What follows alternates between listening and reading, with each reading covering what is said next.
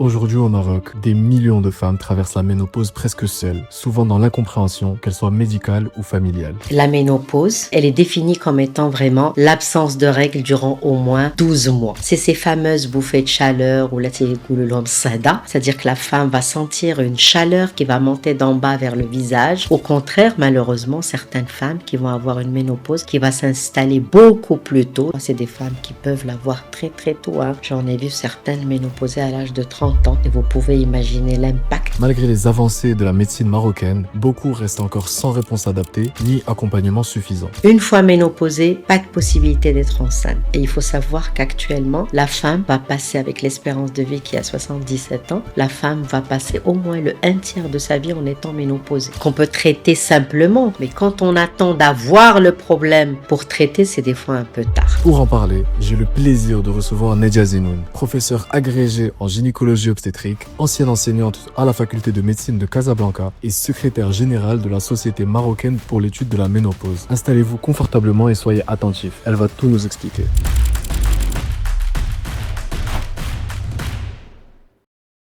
Bonjour docteur Zenoun, bienvenue sur Sans Ordonnance, merci beaucoup d'être là. Est-ce que vous pouvez vous présenter succinctement? Merci, Dr Laoud, pour votre invitation. Je suis ravie d'être là parmi vous. Alors, c'est Nadia Zino, je suis professeure agrégée en gynécologie obstétrique, une ex-enseignante de la faculté de médecine de Casablanca, Université Hassan II, et je suis secrétaire générale de la Société marocaine pour l'étude de la ménopause depuis plus d'une dizaine d'années. Je suis aussi diplômée de France en médecine régénérative génitale. On va rentrer tout de suite dans le vif du sujet. Vu que vous êtes une spécialiste de la ménopause, est-ce que vous pouvez nous dire concrètement c'est quoi la ménopause? Alors effectivement, donc la ménopause signifie, elle est définie comme étant vraiment l'absence de règles durant au moins 12 mois. Donc tout ce qui est avant, ça sera préménopause. Tout ce qui va venir après, ça va être la ménopause ou la post-ménopause, si on veut vraiment la définir comme ça. Et concrètement, qu'est-ce que ça veut dire cette ménopause? Ça veut juste dire que nos ovaires ont terminé, fini leur fonction de procréation. Donc, une fois ménopausée, pas de possibilité d'être enceinte. Et une fois ménopausée, nos ovaires ne fabriquent plus deux hormones essentielles qui sont l'œstrogène et la progestérone. Et comment ça impacte la vie des gens, surtout les Alors, femmes? s'il y a une hormone qui va impacter réellement, c'est plutôt l'œstrogène et non pas la progestérone, parce qu'on sait que ces œstrogènes n'impactent pas que l'appareil génital, ça va impacter le cerveau, ça va impacter l'os, ça va impacter le muscle, ça va impacter l'appareil urinaire. Donc, ça va impacter le système cardiovasculaire et automatiquement, on va voir plus ou moins à court ou à moyen et long terme des répercussions de cette carence en œstrogène. J'insiste énormément, c'est le fait d'être en hypoœstrogénie, de ne pas avoir beaucoup d'œstrogène dans notre corps qui va être à l'origine de toutes les manifestations dont on va parler. Et donc, la baisse en oestrogène par l'inactivité des ovaires est à l'origine des symptômes. Est-ce que vous pouvez nous dire c'est quoi ces symptômes, les principaux, les plus connus comme les bouffées de chaleur, etc. Parfait. Alors effectivement, donc tout d'abord, il y a ce qu'on appelle les répercussions immédiates que la femme va sentir, des fois même bien avant l'arrivée de la ménopause. Ces symptômes dont on va parler, on peut les avoir déjà en préménopause, avant l'arrêt définitif de ses règles pendant 12 mois. Mais il y a aussi des répercussions plus tardives dont je tiens à dire un mot parce que c'est très très important. Alors les répercussions immédiates de l'absence d'œstrogène dans notre corps, il y a des femmes qui vont présenter ce qu'on appelle les signes climatériques ou le syndrome climatérique. C'est quoi? C'est ces fameuses bouffées de chaleur ou sada, c'est-à-dire que la femme va sentir une chaleur qui va monter d'en bas vers le visage, qui va devenir rouge, puis après des sueurs qui s'installent avec des fois des palpitations. C'est particulièrement désagréable pour la femme, surtout quand c'est répétitif, quand c'est très fréquent. C'est vraiment source Grand d'un malaise, ouais. handicap et ça impacte automatiquement sa vie socio-professionnelle. Ça la réveille la nuit, elle se réveille en sueur et c'est très, très désagréable. Alors, en dehors de ces bouffées de chaleur, il y a tout ce qui est troubles de sommeil. C'est des femmes qui vont avoir une insomnie, ne pas pouvoir dormir facilement la nuit. C'est des femmes qui vont avoir, vous dire, je me sens moins vive, avec des troubles de concentration de la mémoire. Des femmes qui vont vous dire, je commence à avoir quand même des douleurs au niveau des os, au niveau des articulations. Donc, ou encore, c'est des femmes qui vont se plaindre de tout ce qui est en rapport avec la sécheresse vaginale, ce qu'on appelle l'atrophie vaginale. On a dit il n'y a plus d'œstrogène, donc cet appareil génital va s'assécher, comme pour ce qui est pour la peau. Donc ça s'assèche. Et donc tout ça, ça donne ce qu'on appelle le syndrome génito-urinaire de la ménopause. Donc ce syndrome génito-urinaire de la ménopause, c'est pas que la sécheresse, mais il va donner des symptômes, il va donner des signes vaginaux, il va donner des signes urinaires et des signes sexuels. Comme signes vaginaux, c'est des femmes qui va vous dire, j'ai une sensation de brûlure vaginale, j'ai des pertes anormales, j'ai des douleurs pendant les rapports parce qu'il va y avoir une étroitesse justement du vagin du fait de l'absence d'hormones. Juste les pertes anormales, c'est des pertes qui sont trop abondantes ou c'est une couleur différente? C'est une couleur plutôt, non, c'est pas l'abondance. Logiquement, la femme, comme elle est ménopausée, elle a plus cette fameuse glaire. Non, au fait, c'est sur la couleur et le désagrément Causé, ouais. causé par ces leucorrhées. Elles sont blanchâtres, des fois jaunâtres ou verdâtres, mais en tout cas, c'est la couleur et le désagrément vulvaire Et qui l'accompagne. juste pour expliquer à nos auditeurs, le corée, c'est le mot scientifique Le corée, oui, pour les c'est pertes. des pertes vaginales anormales. Voilà. De par leur couleur ou de par le désagrément qui l'accompagne. Elles se sentent gênées en bas. Donc globalement, la ménopause, ça englobe le syndrome climatérique avec les bouffées de chaleur, les troubles de l'humeur, enfin l'impact, vous avez dit, sur les os, le cerveau, etc. Il y a le syndrome génito-urinaire avec tout ce qui est désagrément au niveau vaginal, sécheresse vaginale, les problèmes au niveau de la miction. Alors justement, j'ai pas continué. Donc, ce syndrome génito-urinaire de la ménopause, il englobe des signes vaginaux, mais il englobe aussi des signes urinaires. C'est des femmes qui vont avoir une envie fréquente d'aller uriner. Des fois, elle a une urgence, elle doit aller rapidement, sinon ça fuit. Des fois, quand elle fait du sport ou tousse, elle peut avoir une fuite urinaire. Donc, la nuit, elle doit se réveiller plusieurs fois pour refaire. Donc, il y a des troubles urinaires. Ces troubles vont impacter sa vie, vont impacter ses nuits. Et donc, des fois, ça nécessite un traitement. Et le dernier trouble qu'on retrouve dans ce syndrome génito-urinaire de la ménopause, c'est tout ce qui est signe sexuel. Donc, c'est des femmes, comme on l'a dit, elles vont être étroites, donc elles s'ensèchent, elles vont avoir mal pendant le rapport. Donc, elles vont anticiper négativement ces rapports, elles vont pas vouloir avoir de rapport.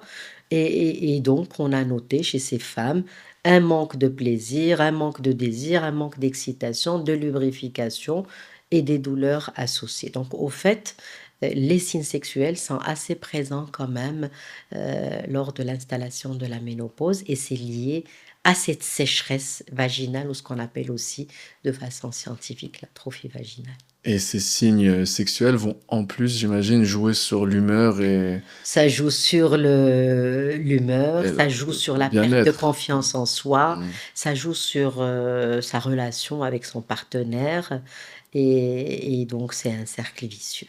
Et on sait souvent que l'âge moyen de la ménopause, c'est plus ou moins 50 ans. Enfin, c'est ce qu'ils disent. Ouais. Est-ce qu'il y a une préparation qui existe pour la ménopause? C'est quoi les premiers signes qui sont décelables?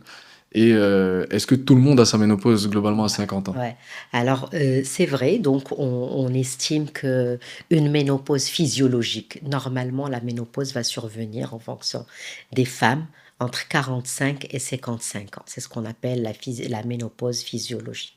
Par contre, on peut trouver des femmes qui vont l'avoir bien après 55 ans, c'est ce qu'on parle de ménopause tardive, mais il y a aussi, au contraire, malheureusement, certaines femmes qui vont avoir une ménopause qui va s'installer beaucoup plus tôt, c'est-à-dire des fois vers l'âge de 40 ans, et c'est dramatique parce que ces femmes, si tu les prends pas en charge tôt, vont présenter très jeunes des problèmes de fractures répétées liés à la fragilité osseuse inhérente, des problèmes cardiovasculaires. Donc la ménopause précoce, on la voit et il y a des facteurs qui prédisposent à ça. Par exemple, les femmes tabagiques, le tabac, il réduit de 1 à 2 ans l'âge de survenue de ménopause. Tu as des femmes, par exemple, qui ont eu des problèmes d'infertilité, qui ont dû être stimulées plusieurs fois dans le cadre de procréation médicale assistée. Et c'est des femmes là aussi qui peuvent faire une ménopause précoce. Les femmes, malheureusement, qui ont été opérées, à qui on a enlevé un ovaire ou une partie de l'ovaire, une femme qui a eu une chimiothérapie qui est toxique pour l'ovaire ou une radiothérapie qui ont été irradiées sur le pelvis, cela malheureusement, des fois, c'est des femmes qui peuvent l'avoir très très tôt, hein. J'en ai vu certaines ménopausées à l'âge de 30 ans et vous pouvez imaginer l'impact C'est sur la vie de difficile. cette jeune de 30 ans. Et est-ce qu'il y a des signes qui apparaissent en premier? Parce que vous avez dit syndrome climatérique Ouais, et tout. ouais, ouais, ouais. Alors, c'est vrai que la préménopause, souvent, elle apparaît des années avant l'installation réelle de la ménopause. On commence à y songer quand cette femme te dit qu'elle a des troubles de cycle. Tantôt, c'est des cycles très lents, tous les 2, 3 mois. Tantôt, plutôt, c'est des cycles très courts. Elle les a tous les 15, elle a ses règles tous les 15 ou 20 jours. Elle commence à vous dire, j'ai tendance à prendre un peu plus de poids, j'ai tendance à dormir mal, j'ai tendance à être dépressive, irritable. Ou des fois, elle va te dire qu'elle commence déjà à avoir ses bouffées de chaleur. Donc tout ça va nous orienter que cette dame est en préménopause et qu'elle est en train d'aborder cette nouvelle étape de la vie qu'est la ménopause. On a bien compris maintenant, donc il y a la préménopause, la ménopause globalement 45-55 ans. Mm. Mais la question que j'ai, c'est est-ce que la ménopause a une durée limitée? Est-ce que à 65 ans, on a toujours les mêmes symptômes qu'à 50 ans Ouais. quand on a la ménopause? Alors, une fois on est ménopausé à vie. Et il faut savoir qu'actuellement, la femme va passer, avec l'espérance de vie qui a 77 ans, la femme va passer au moins le un tiers de sa vie en étant ménopausée. Si on estime que l'espérance de vie chez la femme marocaine est de 77 ans et qu'elle est ménopausée à 50, elle vivra 27 ans en étant ménopausée. Donc, ça, c'est pour la ménopause. Une fois on l'est, elle durera jusqu'à notre décès. Alors, pour les symptômes, c'est variable. Souvent, et heureusement, c'est plutôt l'apanage des 4, 5 premières années, voire moins. Mais on a vu des gens qui, à 20 ans déjà, après l'installation de la ménopause, te disent qu'ils ont encore des bouffées de chaleur. Certes, avec le temps, la fréquence se réduit, mais il y a des gens qui en souffrent même 20 ans après l'installation de la ménopause. Donc on ne peut pas donner un chiffre, on ne peut pas donner une durée. C'est variable, c'est en fonction des terrains, c'est en fonction de... Voilà. Et pour parler des traitements, parce que bon, c'est difficile d'être ménopausé, comme vous venez de le dire. Mm. Qu'est-ce qu'on peut réellement y faire? Où est-ce qu'en est la science en 2025? On a beaucoup entendu parler des hormonothérapies, mais beaucoup de femmes ont eu peur, et même des médecins à juste titre, parce que ça augmente certains risques de cancer. Mm. On en est où maintenant? Alors c'est vrai que euh, si on pouvait mettre toutes les femmes sous traitement hormonal de la ménopause, ça réglerait leurs problèmes définitivement et toutes les complications qui vont suivre par la suite, qui sont liées à cette carence en oestrogène, à savoir l'ostéoporose, les problèmes cardiovasculaires, les troubles mnésiques, l'apparition d'un Alzheimer ou d'une démence. Ça, c'est vrai. Bon, malheureusement, le traitement hormonal de la ménopause ne peut pas être prescrit chez tout le monde. Il faut toujours s'assurer qu'il n'y a pas de contre-indication à sa réalisation. Et c'est vrai que dans le temps, moi je me rappelle au tout début de mon exercice, le traitement hormonal de la ménopause était prescrit très fréquemment. C'est des comprimés qu'elle prenait et tout. Mais actuellement, depuis l'apparition d'une étude en 2002 qui est la WHI, c'est une étude qui a été faite aux États-Unis, mais malheureusement, c'est une étude qui comporte beaucoup de biais. Elle a été faite sur des patientes qui, pour la plupart, ont démarré un traitement après 62 ans, traitement hormonal après 62 ans, qui étaient pour la plupart en surpoids. Et donc, il y avait déjà un problème métabolique qui va favoriser ces problèmes cardiovasculaires. Et on sait que l'obésité aussi favorise le cancer du sein. Et par conséquent, on a noté que ces femmes il y avait une incidence un peu importante chez ce groupe de femmes de problèmes cardiovasculaires ou de cancer du sein. Mais là, l'étude était complètement biaisée. Donc, après, certains scientifiques ont repris ces études et ils ont montré ces biais. Actuellement, ce qu'on sait, c'est que quand on respecte les contre-indications, quand on ne donne pas le traitement hormonal aux femmes qui ont un cancer, qui ont fait un cancer du sein, c'est des antécédents personnels du cancer du sein, pas familiaux. Familiaux, ça reste une contre-indication relative. Si elle est très gênée, tu peux le lui proposer. Il faut qu'elle n'ait pas fait de cancer du sein. Une femme qui a fait un infarctus ou qui a fait un accident vasculaire cérébral ou qui a fait une embolie ou une phlébite, là, il ne faudrait pas. Une femme qui a une cirrhose, donc un foie atteint, des troubles de la coagulation, non. Une femme qui a fait une endométriose sévère et qui, une fois ménopausée, elle avait plus de douleur, elle était guérie. On y reviendra, c'est hyper intéressant. Voilà, donc celle-là, c'est pas la peine de leur proposer le traitement hormonal. Il y a autre chose, c'est du cas par cas, c'est-à-dire en fonction des symptômes qui la dérangent, on peut proposer des traitements non hormonaux. Et juste une dernière chose, et quand on veut choisir le traitement hormonal de la ménopause, ça dépend des molécules que tu vas utiliser. Actuellement, on sait que quand on utilise un œstrogène par voie dermique associé à de la progestérone naturelle ou de la dihydrogestérone, là, on est vraiment le risque de cancer du sein lié à ce traitement hormonal de la ménopause est quasi nul, est quasi faible. Quand vous dites par voie dermique, c'est bien un patch qu'on colle sur la peau. Voilà, soit un patch hebdomadaire, soit des gels ou des crèmes qu'ils vont mettre au niveau de leur corps, loin des seins de toute façon, quotidiennement. Et ces traitements sont disponibles chez nous au Maroc? Alors malheureusement, c'est des traitements qui ne sont pas disponibles au Maroc. On les fait acheter de l'étranger. Et ce qui est bien, c'est que c'est des traitements qui ne sont vraiment pas chers. C'est-à-dire que des fois, tu as un tube qui va te faire 1 à 2 mois de traitement et ça coûte 4 euros. Donc c'est vraiment pas grand-chose, Ouais. l'équivalent de 40 dirhams. Et ça change la vie des patients. Et ça change la vie des Et on n'a patients. pas de risque de cancer. Enfin, Voilà, quasi nul. quasi nul. Alors, et puis, il y a d'autres traitements qui ne sont pas hormonaux. Et là, c'est du cas par cas. Par exemple, une femme qui va souffrir de bouffées de chaleur atroces, on va essayer les compléments alimentaires non hormonaux. On a toute une panoplie. Ça permet de soulager 70% des patients. Mais si elles ne sont pas soulagées, on peut faire appel, par exemple, aux antidépresseurs type gabapentin, ça soulage. Il y a certains antihypertenseurs Penseur. centraux qui peuvent aussi aider. Donc, vous voyez, on a quand même une large panoplie. Et la metformine? Alors, la metformine, c'est pas pour soulager le syndrome climatérique, non. La metformine, actuellement, il a été suggéré comme étant presque un médicament anti-vieillissement. C'est un médicament qu'ils disent Avec un effet métabolique. avec un effet métabolique pour la jeunesse.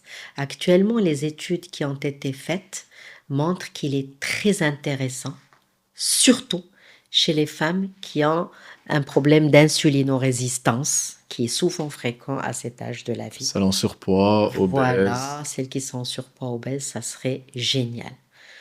Et ils te disent par excès, si elle n'a pas de contre-indication, notamment pas de problème hépatique, pourquoi pas le généraliser aussi chez les autres. Donc maintenant, si j'ai une contre-indication à l'hormonothérapie, ce que vous me proposerez en première intention si j'ai des bouffées de chaleur, ça sera Peut-être les des antidépresseurs. antidépresseurs, gabapentin, associés peut-être aussi à des compléments C'est quoi comme alimentaires. complément? Quel type? Il y en a beaucoup sur le marché, Qu'est-ce qui des fonctionne? semblables. Qu'est-ce qui est prouvé? Bon, on n'a pas le droit de citer quand même, Non, mais il les y noms en des a molécules. plein, il y en a plein. C'est vraiment un assemblage de plein de D'accord.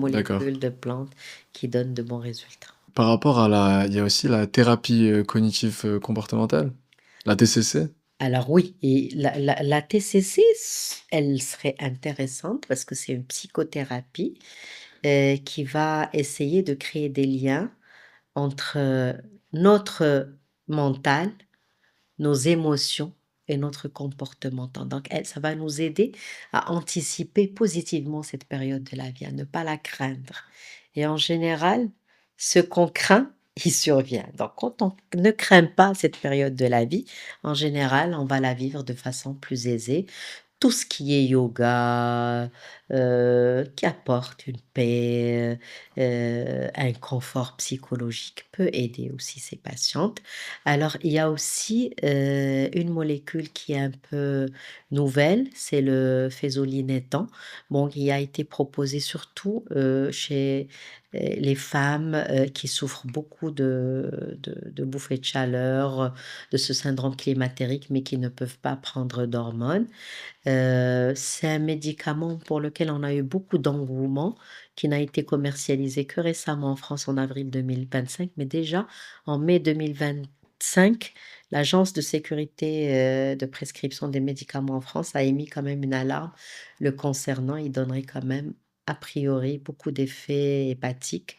Donc, bon, À ça ne voir. remplace pas le traitement hormonal de la ménopause puisque c'est pas un œstrogène qui va corriger les effets dont on a parlé. Ça améliorerait surtout un peu le syndrome climatérique, mais franchement, ni le prix, ni les effets secondaires ne sont encourageants. Et donc là, les traitements dont on a parlé, c'est surtout des traitements qui aident pour le syndrome climatérique. Ouais. Par rapport, Ou le syndrome génito-urinaire de la ménopause. oui, ou le syndrome génito-urinaire, effectivement. Mmh. Mais par rapport aux troubles sexuels et à tout ce qui se passe, vous avez parlé d'atrophie Ouais, ouais. Alors justement, pour tout ce qui est, atrophie vaginale, ce qu'on a dit qu'actuellement on l'appelle syndrome génito-urinaire de la ménopause. Donc c'est une zone qui est particulièrement sèche, amincie, qui saigne facilement, qui est très douloureuse, où il y a pas il y a pas non plus de plaisir sexuel, il y a des troubles urinaires quand on a dit. Et tout ça, ça peut être traité juste en hydratant cette zone. Donc actuellement, on a à notre disposition soit des hormones sous forme de gel ou d'ovules à base d'œstrogènes, c'est ce qu'on appelle de l'hormonothérapie locale, qui peuvent être prescrits pour celles qui ont peur du traitement hormonal de la ménopause, parce qu'elles ont une phobie des cancers et tout. Ces hormones-là ne donnent pas vraiment un risque de cancer du sein. Mais par contre, même si on a un cancer. non, par Ouais. contre, la seule contre-indication reste une femme qui a fait elle-même un Ah, cancer du ouais, sein d'accord. ou de l'utérus. C'est tout, c'est la seule contre-indication. Et puis, bien sûr, si elle ne veut pas d'hormones locales, il y a aussi des hydratants vaginaux à base d'acide hyaluronique qui donnent cette sensation d'hydratation au niveau du vagin, qui lubrifient, donc rendent l'acte sexuel plus facile. Et puis, il y a actuellement à notre disposition toute une panoplie de traitements qu'on appelle la médecine régénérative. Il faut savoir que tout ce qui a été testé sur la peau, qui hydrate la peau, qui régénère la peau, il peut être utilisé au niveau du vagin pour l'hydrater, le régénérer. Donc actuellement, on peut proposer à ces femmes des injections soit de PRP, c'est-à-dire du plasma riche en plaquettes, soit de l'acide hyaluronique au niveau donc du vagin, c'est des injections sous-muqueux. On peut aussi leur proposer ce qu'ils appellent les inducteurs physiques, c'est-à-dire un appareil que tu mets au niveau du vagin, c'est un laser, de la radiofréquence ou du HIFU qui va stimuler cette zone et entraîner une hydratation au niveau de cette zone.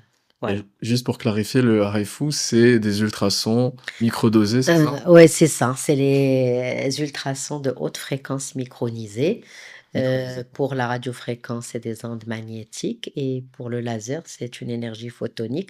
En tout cas, tous, ils ont le même, mode, c'est-à-dire tous aboutissent à une petite brûlure au niveau de cette zone et cette brûlure va générer des phénomènes de réparation et d'hydratation. Et il faut qu'ils soient appliqués à des endroits très particuliers. Voilà, il faudrait être appliqué à des endroits particuliers par des médecins diplômés dans cette spécialité.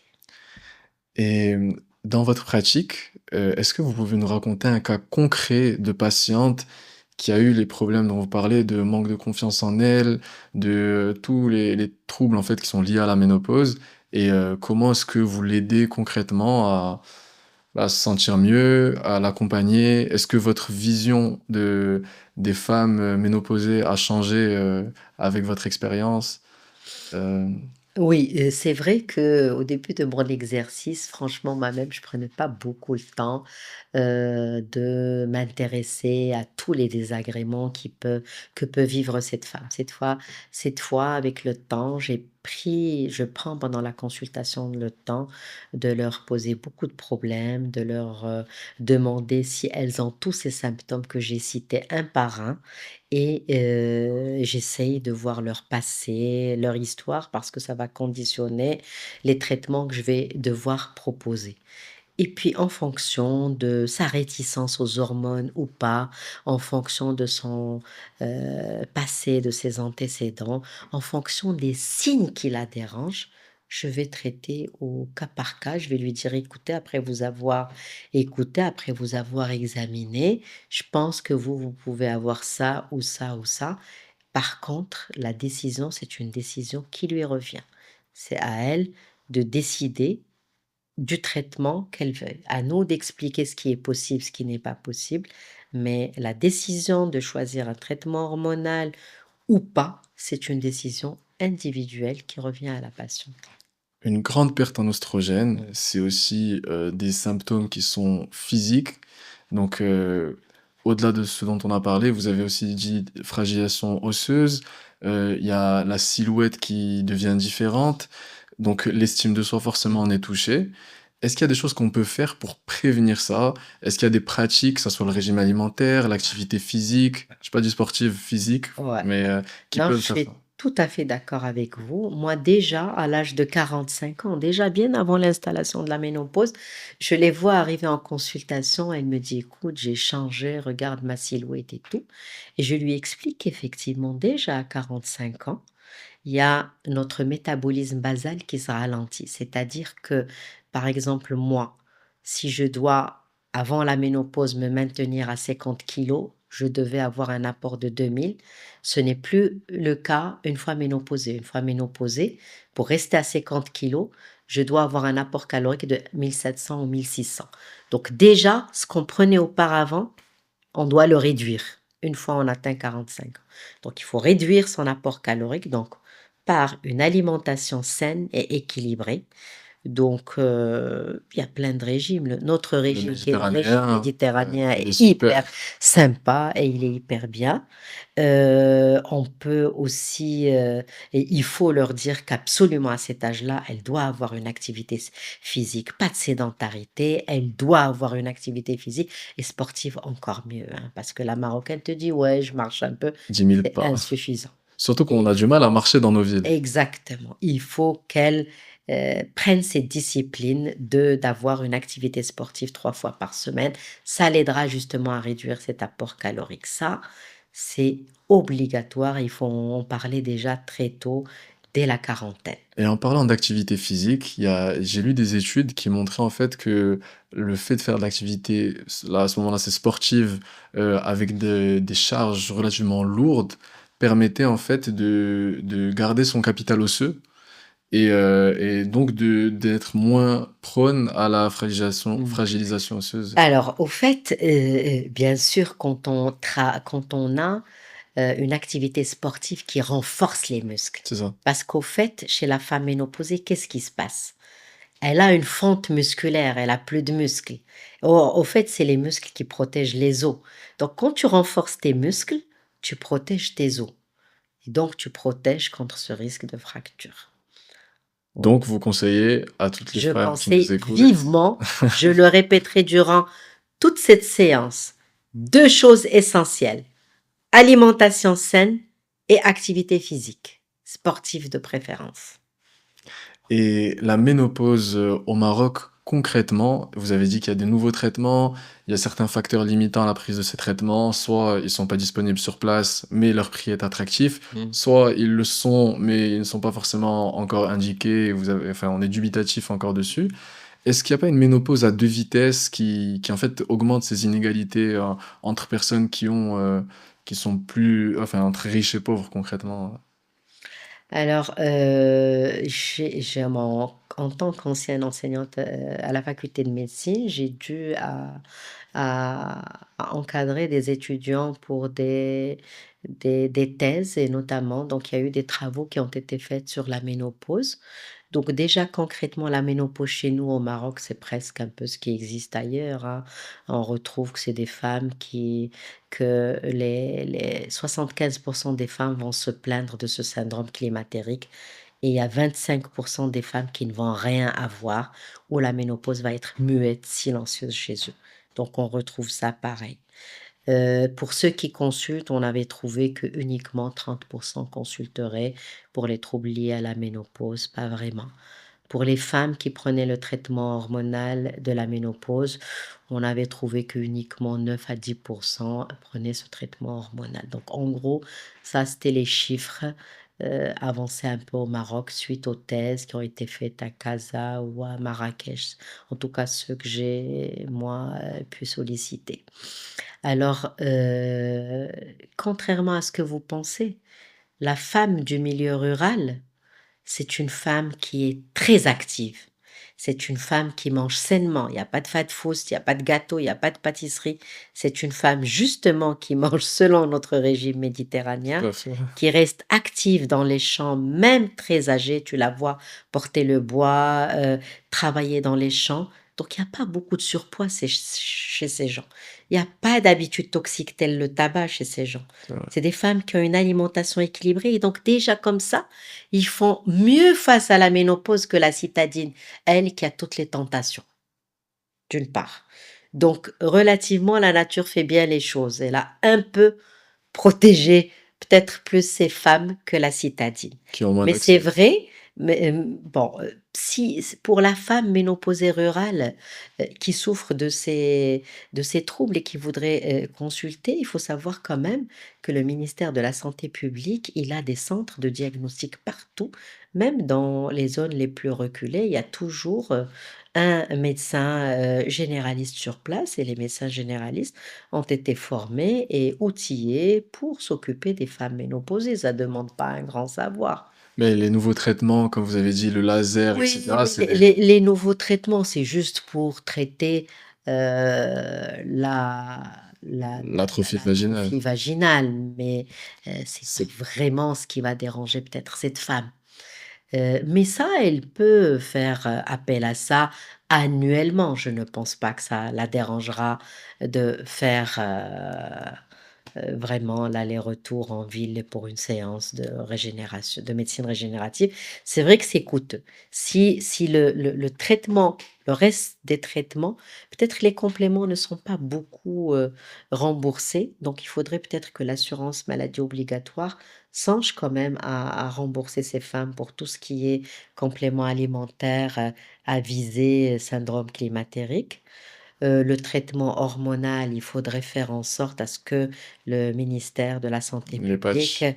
ramène quand même Ouais. et autorise la mise sur le marché de ces gels dermiques, qui sont vraiment, très, très intéressants. Maintenant, les recommandations des sociétés scientifiques de la ménopause, c'est utiliser justement ce genre de traitement, patch ou gel, associé à la progestérone naturelle qui, elle est commercialisée au Maroc. Il y a pas de souci pour ça. Pendant une durée d'au moins 5 ans et ils vous disent que si vous avez respecté les contre-indications, vous avez donné ce genre de traitement pendant une durée de moins de 5 ans, le cancer du sein, vous C'est avez un extrêmement risque rare. vraiment extrêmement rare. Et donc, notre système de santé, globalement, est en train de se préparer, en fait, ou est déjà prêt à accompagner ces femmes, que ce soit en ville ou plus dans la ruralité, Mmh. face à ce phénomène qu'est la ménopause. Oui, je pense qu'il y a tout ce qu'il faut juste un peu plus d'entrain et un peu plus de bonne volonté de la part un peu des prescripteurs et de la part, de la patiente elle-même. Et est-ce qu'il y a des tabous autour de la ménopause, en fonction des classes sociales ou de la ruralité des personnes qui sont urbaines? Qu'est-ce que vous avez vu? C'est vrai qu'au début de mon exercice, de la gynécologie, peut-être en 1990, il y avait quand même un tabou, les femmes n'osaient pas trop. Mais je pense qu'en 2025, en tout cas, je le vois un peu à ma consultation, les femmes, quel que soit leur niveau socio-économique, quel que soit leur niveau éducatif, quand elles sont gênées, elles prennent la peine de venir vous dire: «Écoutez, Hadsada me dérange, elle bousille ma vie. J'ai des problèmes de couple grâce, à À cause cause de de ce ça. problème de sexuel et donc je pense que la femme, peut-être aussi parce qu'il y a beaucoup d'émissions qui en parlent, elles prennent la peine de consulter et de parler de ça. Je pense que si c'était un tabou autrefois, ça ne l'est plus actuellement. C'est génial. Voilà. On va passer à une section qu'on adore sur Sans ordonnance, qui est mythe ou réalité. Donc, je vais vous donner des affirmations et vous me dites si c'est un mythe ou une réalité. Vous pouvez après expliquer aussi autant que vous voulez. Ouais. Ok. Alors, les traitements hormonaux donnent forcément un cancer. Non et je tiens vraiment à le signaler. Les traitements hormonaux de la ménopause, quand elles sont bien indiquées, quand on a éliminé toutes les contre-indications, quand on a prescrit l'œstrogène sous forme dermique et donné de la progestérone naturelle associée et quand on a démarré surtout le traitement hormonal dans les 5 ans, voire même dans les 10 ans qui suivent la ménopause, parce qu'on sait qu'il y a une fenêtre thérapeutique, ce qu'on appelle la fenêtre d'opportunité qu'il faut respecter. Tu vas pas venir à 70 ans et me dire: «Non, je suis tellement gênée, j'ai de l'ostéoporose, donnez-moi du traitement hormonal». Non, le traitement hormonal, quand il est prescrit au-delà de 60 ans, quand il est prescrit après 10 ans de ménopause, il peut être nocif sur le plan cardiovasculaire parce qu'il va déplacer des plaques d'athérome qui se sont formées et c'est là où tu vas avoir un risque d'infarctus ou d'accident vasculaire cérébral ou d'embolie ou. Donc un traitement, quand il est bien prescrit par des gens qui maîtrisent, qui connaissent, qui sont, à jour des connaissances scientifiques, il peut être vraiment prescrit en toute sécurité. Les alternatives naturelles aux traitements hormonaux ne fonctionnent pas. Alors, non, elle ne fonctionne pas à 100%. C'est vrai que rien ne peut remplacer le traitement hormonal, c'est normal. On manque d'oestrogène, on t'apporte de l'œstrogène, c'est ce C'est qui logique. corrige. C'est logique. Les autres vont apporter un soutien, un confort et finalement la femme cherche souvent ce confort, bien sûr. Vous avez dit que Donc 70% des femmes répondent. 70% répondent. Bah, Déjà, c'est la grande majorité. voilà. C'est Non, mais déjà super. 70% répondent avec les petits remèdes qu'on peut leur donner et c'est tant mieux. Après la ménopause, la prise de poids est inévitable. Alors, on a dit, déjà au début de la séance, bien avant la ménopause, la prise de poids est inéluctable à 45 ans si, je rajoute un si on s'oublie, si on se perd, Si on garde le même. si on garde un rythme alimentaire, infernal, si on est sédentaire, si on fait rien pour. Alors qu'il y a des femmes ménopausées, mais qui ont un indice de masse corporelle digne des mannequins. Donc il suffit de ne pas se laisser aller et de faire ce qu'il faut faire. Si c'est difficile, il faut se faire accompagner par un nutritionniste. Ça existe, il y a maintenant plein de médicaments pour vous aider à maigrir et il faut le faire. Le poids est important parce que maintenant on sait que l'obésité est un facteur de risque, pas que pour le cancer du sein, mais pour au moins 13 cancers, notamment l'estomac, le côlon, le rectum, la thyroïde et j'en passe.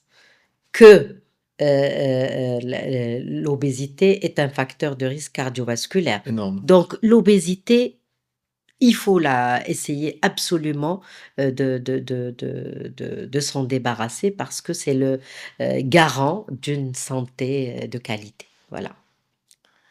L'atrophie vaginale n'arrive qu'aux femmes âgées. L'atrophie vaginale arrive à toutes les femmes âgées, oui, mais pas que. On a les femmes, par exemple, qui allaitent, c'est des femmes qui présentent une atrophie vaginale. Les femmes qui viennent d'accoucher, elles ont une atrophie vaginale. Les femmes qui ont eu une radiothérapie pour un problème de cancer du col, elles ont une atrophie. Les femmes qui sont sous pilule, tout simplement. Elles peuvent présenter de l'atrophie. La pilule, elle est atrophiante des fois. Une petite aparté sur la pilule, Oui. c'est super intéressant et on aura un épisode dessus. Est-ce que ça diminue la fertilité ou pas du tout? Alors, pas du tout. Alors justement, toutes les études ont montré que la contraception hormonale orale ne réduit pas la fertilité. Les femmes qui vont avoir un problème, ils l'auront, qu'elles aient pris de la pilule ou pas. Les nouveaux types de soins sont très coûteux et augmentent les inégalités entre riches et pauvres. Oui, enfin, tout ce qu'on a dit, médecine régénérative, mais tout le reste est à la portée de tout le monde. Seule peut-être un peu la médecine régénérative qui a pour but de traiter cette atrophie vaginale, elle n'est pas à la portée de tout le monde. Mais toutes les autres thérapeutiques peuvent être à la portée de tout le monde. Surtout l'hormonothérapie à 4 euros, Tout, c'est voilà, il incroyable. faut juste veiller à ce que on en dispose au niveau du territoire marocain. Inch'Allah. Les douleurs ressenties par les femmes atteintes d'endométriose disparaissent à la ménopause. L'endométriose, bon déjà on va expliquer quand même aux auditeurs Bien ce sûr. qu'est l'endométriose. Alors l'endométriose, c'est une maladie inflammatoire chronique, c'est une maladie un peu mystérieuse. On comprend pas pourquoi certaines femmes vont avoir de l'endomètre. L'endomètre, c'est la couche interne de l'utérus, donc logiquement, elle n'est qu'au niveau de la partie interne de l'utérus. Et des fois, on ne sait pas par quel mécanisme on la retrouve au niveau des trempes, au niveau des ovaires, au niveau du pelvis, de l'abdomen, du tube digestif. Et cette endométriose, elle a 2 impacts dans la vie d'une femme. Quand elle est jeune, elle va impacter un peu sa fertilité. Elle réduit les chances de fertilité et elle occasionne des douleurs, des fois particulièrement invalidantes, particulièrement responsables d'handicaps socio-professionnels et scolaires chez les jeunes filles et les adolescentes. Et donc, la femme, quand elle est ménopausée, souvent la femme endométriosique attend, mais alors là, avec plaisir, l'arrivée et l'installation de la ménopause, parce qu'on lui explique qu'à la ménopause, elle aura plus rien. Et c'est vrai qu'une fois ménopausée, elle gardera plus cette douleur liée à la ménopause. Et là, justement, si tu la mets sous traitement hormonal de la ménopause, Ça tu va. vas réveiller cette endométriose.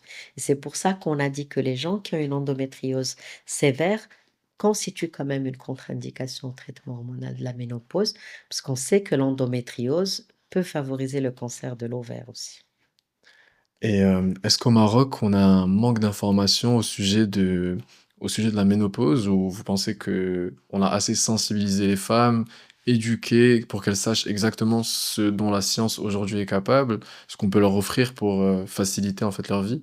Non, on sensibilise jamais assez les gens parce que la science évolue et tu as au fur et à mesure des techniques qui sont là, des médicaments qui sont là. Donc la sensibilisation doit persister.